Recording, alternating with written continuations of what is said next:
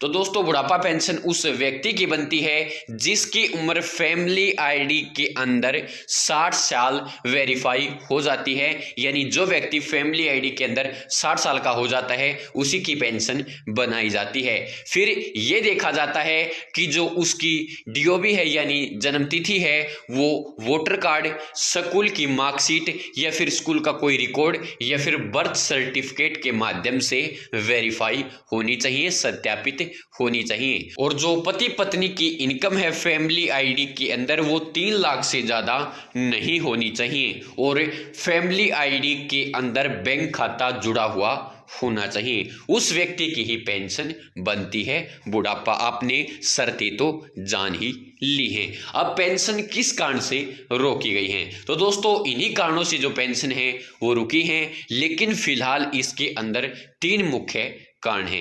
पहला कारण है कि जो आपका आधार कार्ड है वो पेंशन के अंदर सही दर्ज नहीं है, यानी आधार कार्ड नंबर सही जुड़ा हुआ नहीं है। आधार कार्ड नंबर जुड़ते वक्त हो सकता है कोई आधार में गलती रह गई हो, कोई नंबर गलत आपका लिंक हो गया हो, तो वो एक बार आप डिपार्टमेंट से जरूर जान लें, कहीं आधार कार्ड के कारण आपकी पेंशन तो नहीं रुक गई है। अब दोस्तों दूसरा जो कारण है वो है डीओबी का यानी डेट ऑफ बर्थ का।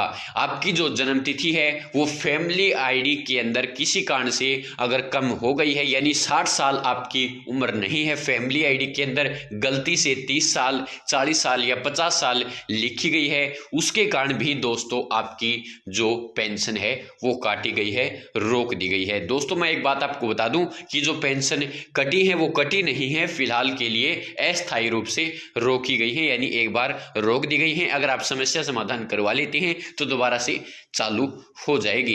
अब दोस्तों बात करते हैं तीसरे कारण की। तीसरा कारण दोस्तों इनकम का है, यानी पति पत्नी की दोनों की इनकम अगर 3 लाख से ज्यादा वेरीफाई हो गई है तो दोस्तों उसके कारण भी पेंशन रोक दी गई है।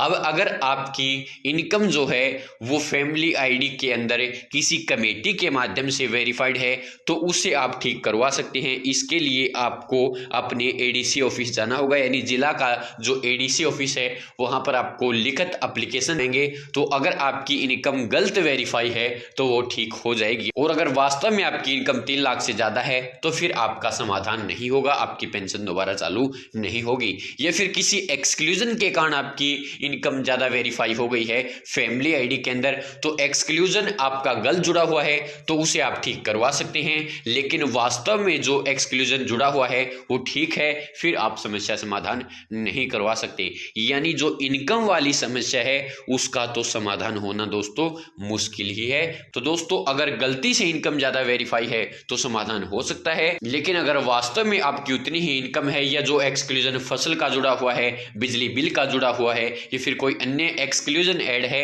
रिकॉर्ड जुड़ गया है और वो आप ही का है, फिर समाधान नहीं होगा, आपको इंतजार करना होगा। अगर रिकॉर्ड पुराना है तो कुछ दिन में हट जाएगा, और अगर रिकॉर्ड नया है और आप हर बार फसल पंजीकरण करते हैं फिर आपकी पेंशन नहीं बन पाएगी।